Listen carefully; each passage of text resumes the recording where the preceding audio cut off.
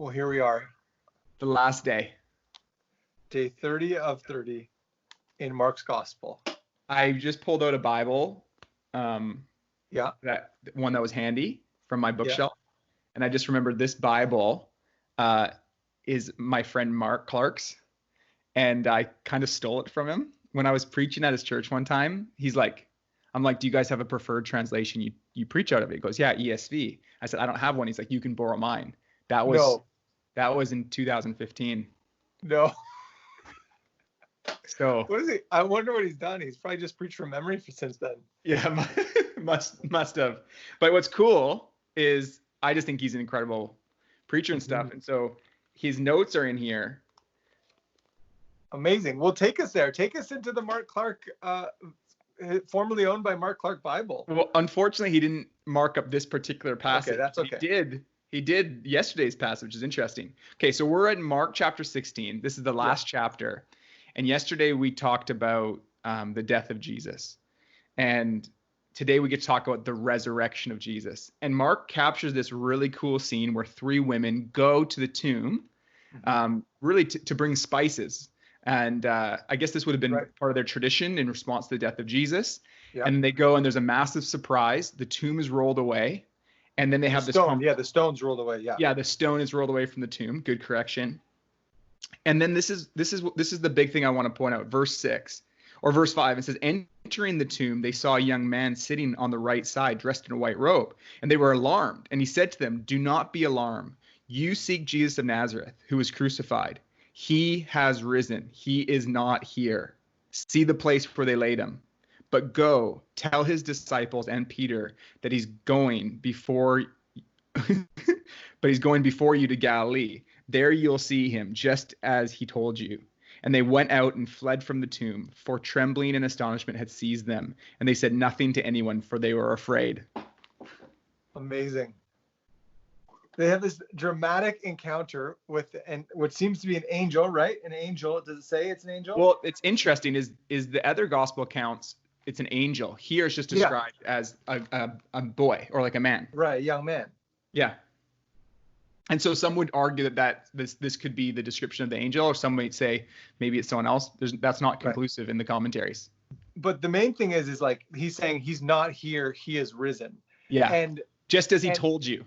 Exactly, just as he told you. And this is the thing, is he has been telling us the whole time since like I think right after when Peter said, hey, you're the Christ, you're the Messiah, in chapter 8. So we're in chapter 16 now. All this time has passed and on their journey.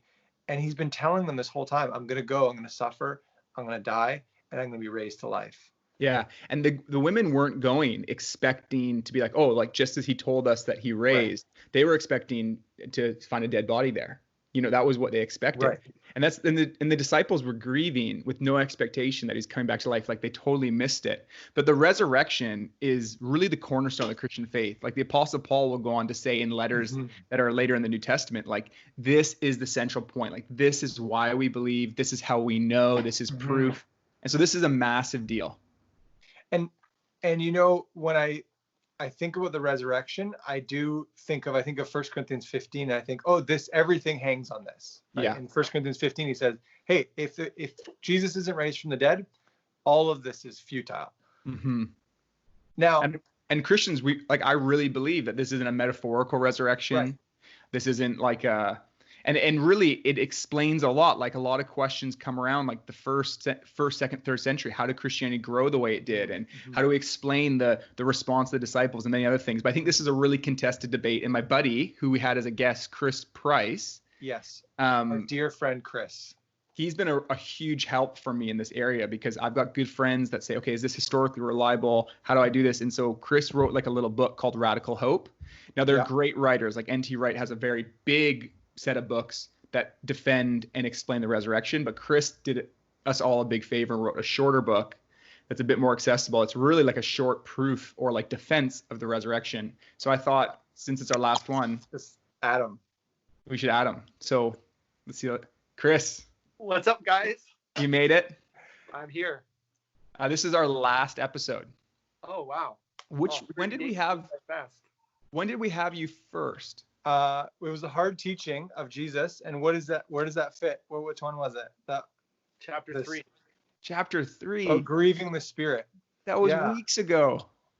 Yeah, it's been a while. I was hoping for a callback, Hey, dreams come true for both of us. I think we promised viewers that you would be back. I think we said something like that in that episode. And here we are. Wow. Fulfilling our promise. You know what, Ben? Some days I wondered if we'd even fulfill the promise of doing all 30 episodes. Yeah, you did it. We made it. So, Chris, here's how we pulled you on. Yeah. 2 questions. The first, and obviously this is a short version. Well, 3 questions. Question 1, what is that behind you? You mean this thing? Yeah. I don't know. It's some kind of fabric. I think it's a costume from Star Wars. Is it like a decorative wall piece? It's a decorative wall piece, but it's some kind of fabric. I don't know what you call it. It's just there. Not an Afghan. Is macrame a thing, or is that, what is that? It could be macrame. My wife says macrame. It's a macrame. I mean, I know it's beautiful. I just think if people didn't know, it's like, because you can't see it in context. Speaking of context, second question, the real reason why we called. Obviously, we don't have a ton of time, but when it comes to the resurrection and its historicity, give us a little bit of a picture why Christians can believe with confidence, or not Christians, why anyone can believe with confidence that this resurrection isn't just metaphor. It's not just hopeful imagery, but it's a real historical event. Right. Yeah. I'll give you quick thoughts. When it comes to the birth of Christianity, there's some events that everyone has to explain, whether they're Christian or not, just historical events that happen that historians from a wide range of perspectives and opinions agree to. There's evidence for these things. So here's the list. Jesus died. He was buried in a tomb. That tomb was found empty. Body's never been produced.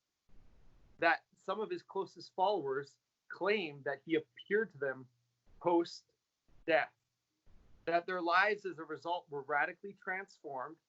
That they went to their deaths proclaiming that Jesus rose from the dead. That the birth of Christianity or the church took a certain shape and form within first century Judaism. Like, all of these things need to be explained historically. And in my little book, I look at all the alternate explanations and show the deficiencies and how they don't actually fully convince or explain, and how really the bodily resurrection of Jesus best explains all of those events. And if you went back to the first century and you asked the disciples and doubters and skeptics like Paul, why was your life changed and transformed? Why did you go to your death proclaiming that Jesus rose? They would say, well, he died. We were discouraged. We thought it was all over. But then he showed up again, surprised us all, and radically changed our lives. And so we were willing to face death. We were willing to go to great lengths to tell everyone this amazing, amazing news. And so for all my friends, I tell them, hey, if God exists, miracles are possible. And so the only question then is a miracle the best explanation of the birth of Christianity? And when you look at the evidence historically, I think it's clear that it really actually is. And guys, to you too, Ben, second question. Thanks for sharing that, Chris. That's so helpful. Second question is, there's lots that could be said about what this means, but even on a personal level, what does the resurrection mean to you guys? Good question. Yeah, I think for me, when I think about the resurrection, it's my prayers aren't hitting the ceiling. We talk about this idea of a relationship with God, but it's actually like when we realize Jesus is raised from the dead and that he sent his spirit, and the spirit of Jesus is present with each one of us. I think in Ephesians, Paul's praying for his friends and he says, I pray that Christ may dwell in your hearts through faith. So it's this picture of almost like he lives in us, right? And his spirit dwells with us and in us. And I'm like, oh yeah, so we can get to know Jesus. We can have a relationship with the living Jesus. And so that changes the way the way I pray, the way I think, and everything. Yeah. I think one thing it does is it removes this fear of death. I think Hebrews chapter 2 talks about Jesus liberating us from slavery to a fear of death. And I think when it comes to death, there's fear of the unknown, the uncertainty, the fear of nothingness. But because Jesus went through death and came out the other side, we can trust him with our own deaths and have this peace and this confidence and this hope. And it means really that death is not as final as it seems, that death doesn't get the last word and loss doesn't get the last word. Really, God gets the last word and love gets the last word. And we see that through the death. Oh, I like that. Jesus. Love gets the last word. Yeah, I also think, when we were younger, and you wanted to get out of a class, you get a note from your parents, and the note had to have their signature because their signature gave it authority. This is authentic. This is real. This is from the guardian. You could forge it. You could fake it. But, you didn't, they could tell often. But I think with the resurrection, it's really like God the Father, his signature on the life and teachings and ministry and saving death of Jesus, giving it authority. It's like God saying in the loudest voice possible. He said it at the baptism, which we went over, earlier in your journey. And it's like through the resurrection, he's saying it again in the loudest possible way. This is my beloved son in whom I'm well pleased. Listen to him. So many voices, so many religious teachers, so many perspectives and opinions on spiritual things, but whose opinion would be more weightier than the opinion and perspective of Jesus if he rose from the dead? And so that's another thing. It gives me great confidence in trusting Jesus with my life and with my death. Cool. Which is really cool. And also, Chris, you were saying in your little book, you wrote a little book on the resurrection, right? Yeah, sorry, I did. Yeah. Yeah. Radical Hope. Radical Hope. Yeah.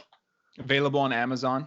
Jason, Jason, take us home, man. As we wrap this whole series up, what does the resurrection mean for you personally, and just reflecting on the journey? Well, Mark from the beginning has been trying to tell us who Jesus is. And a lot of self-help books you can buy, there's thousands of them, tell us how to look inside ourselves to find a better future. Maybe, better self-talk, better view of yourself, new habits, all these things. I think all those things can be helpful. But this is where the Bible's so different than any of those other things, where it doesn't say, look inside yourself. It says God actually came in himself to you, and the solution's not inside you. The solution's in God. We talked about this yesterday, the curtain being torn from the top to the bottom. And when I think about the resurrection, I just think about all this great reason to hope for a good future by putting my hope in God, in his finished work, that he conquered. It's not like I'm not turning inside myself to find hope. Mark's been trying to say this whole time, like, there is one who came to be the ultimate savior. And it wasn't just a man, it wasn't a prophet, it was God himself that came, and you can put your hope in him. And so I think as I come to the end of this book of Mark, I find myself thinking, Mark's been trying to tell us the whole time, do you see who this is? This wasn't just a man. This wasn't just someone with good advice. This was God himself coming to save us. And so I think this journey has been really fun. I feel like my hope in God has grown. My interest in Jesus, my love for Jesus has grown. And so I hope that's been the experience of the people that followed along. And I also hope that people had the experience of the disciples, which is over time getting a clearer and clearer look at Jesus. And you might have been following along and you still might not be convinced of all these things. You might still feel like there's lots to understand. And I think that's part of the point of the book, is like these disciples spent years with Jesus, and even at the resurrection, he's like, I told you guys this. I told you this was going to happen. They're still not getting it. And so I think it's just permission to journey with him, and this great invitation of hope. So that's how I'm feeling, and I think is a great way for us to end. Yeah, it's beautiful. Well, thank Chris, you to everyone. Thanks for being with us for the final moments. Thank you, Chris. Good to be here. Jason, thank you. Yeah, thank you, Ben, and to your plants. Yeah, to your new additions. The mini house is gone. The plants have arrived. The macrame. The macrame. And thank you to everyone who's been journeying with us. It's been amazing. And Ben, what's next? Are we going to do a 60-day journey through the book of Revelation? Yeah, 90 days through the book of Ezekiel, one of the prophetic books in the Old Testament. You know what? Stay tuned, folks. Just stay tuned. We got to work out some details, but we'll be back at you soon. See you later, guys. All right. See you guys. Bye.